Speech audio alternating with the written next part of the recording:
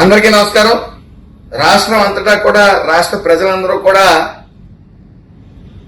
కలియుగ దైవం శ్రీ వెంకటేశ్వర స్వామి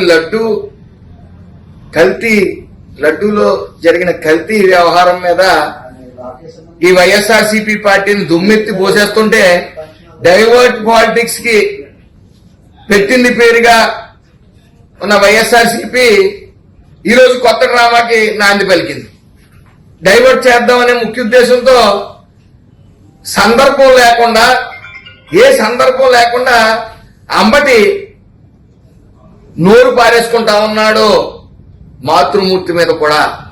మీరు చేసిన పాపం ఏదైతే వ్యర్థాలు తిరుపతి ప్రసాదంలో కలిపారో అది ప్రజలేం కాదు, ఆ కలియుగ దైవం వెంకటేశ్వర స్వామి కూడా మిమ్మల్ని క్షమించడం. ఈరోజు డైవర్ట్ పాలిటిక్స్ ప్లే చేద్దామని చెప్పి చంద్రబాబు నాయుడు గారిని నీ ఇష్టం వచ్చినట్టు మాట్లాడతావా అంబటి? అది నీ బుద్ధున్న సంస్కారహీనుడా, చెత్తనాయాలా? ఏం మాట్లాడతావు? సృహుని మాట్లాడుతున్నావా నువ్వు అని అడుగుతా ఉన్నాను. నీ అధినాయకుడి బుద్ధి ఉంటే మీ అందరికీ బుద్ధి ఉంటుంది. మీకు ఒకటి గమనించట్లే, ఇలాంటి భాష మాట్లాడే మీరు కోల్పోయింది అధికారం మాత్రమే కాదు, ప్రతిపక్ష హోదాను కూడా కోల్పోయారని మీరు గుర్తించట్లే. అంటే మీరు ఫెయిల్, రాజకీయాల్లో మీరు ఫెయిల్.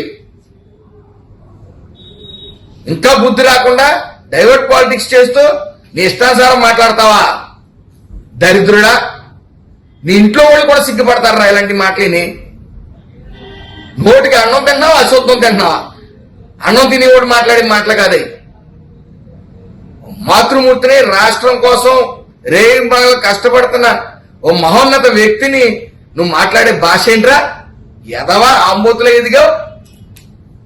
ఆంబోతు అంటే ఇదేదో బాగుందని చెప్పి ఆంబోతులాగా అచ్చోసిన ఆంబోతులా రంకిలేస్తావు. ఎదవా, నీలాంటి సంస్కారహీనుని రోడ్ల మీద కూడా తిరగనివ్వకూడదురా ఎదవా. సభ్య సమాజం అటు ఉంచేయి, నీ ఇంట్లో వాళ్ళు కూడా సిగ్గుపడతారు. ఏం నేర్పారా నీ పెద్దలు నీకు? దరిద్రుడా, నోరు సంభాళించుకుని మాట్లాడంబటి. గుర్తు పెట్టుకో, భాష నీకే కాదు మాకు వచ్చు, నరం లేని నాలుగు నీకే కాదు మాకు ఉంది. కాకపోతే నిన్ను ఇంకా దారుణమైన బూతులు తిట్టుకెళ్ళే నరం లేని నాలుగు మాకు ఉంది. దరిద్రుడా, నిన్నేమో తిడితే మళ్ళీ మా అధినాయకుడే ఫోన్ చేసి వాడు ఎదవాడి సంస్కారం లేదు నీ బుద్ధి ఏమైందని అడుగుతారనే మేమందరం కూడా సంస్కారవంతంగా వ్యవహరిస్తున్నావు, అది గుర్తుపెట్టుకో. ఇలాంటి వాడిని సభ్య సమాజంలో తిరగనివ్వడం కూడా తప్పేరా ఎదవా, పోరంబోకి ఎదవా.